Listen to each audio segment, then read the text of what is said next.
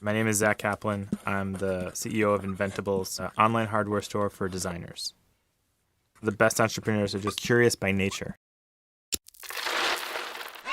When you learn about something unexpected, it expands your understanding of what's possible, and now you can come up with all these new ideas. You're toiling and developing and building, maybe with an eye for the market, or maybe not. Maybe just for the sake of the interest in developing something that you think is important.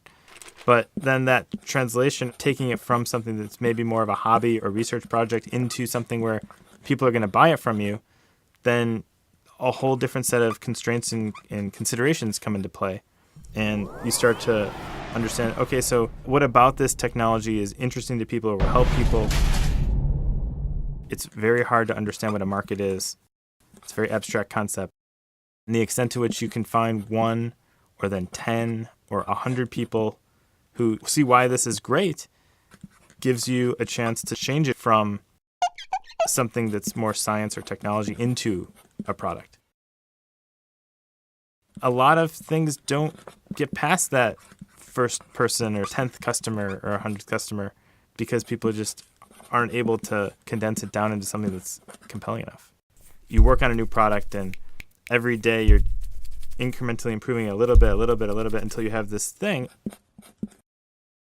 Entrepreneurship is, to some extent, the same kind of process where you're starting a new business with a subtly different take on the way people have done it before. Think about the difference between Southwest Airlines and United or American. They're all three airlines, but Southwest approaches the problem from a different point of view. And so entrepreneurship, in many ways, is having that point of view and then delivering a new product or a new experience from that point of view, or assembling the pieces together in a different way that yields a different result. One of my friends talks about how some entrepreneurs are living in the future. They're seeing it a little bit differently or a little bit before the rest of the world and coalescing the ideas so that people can realize, like, wow, that's really interesting. I would love to buy that product or share that experience.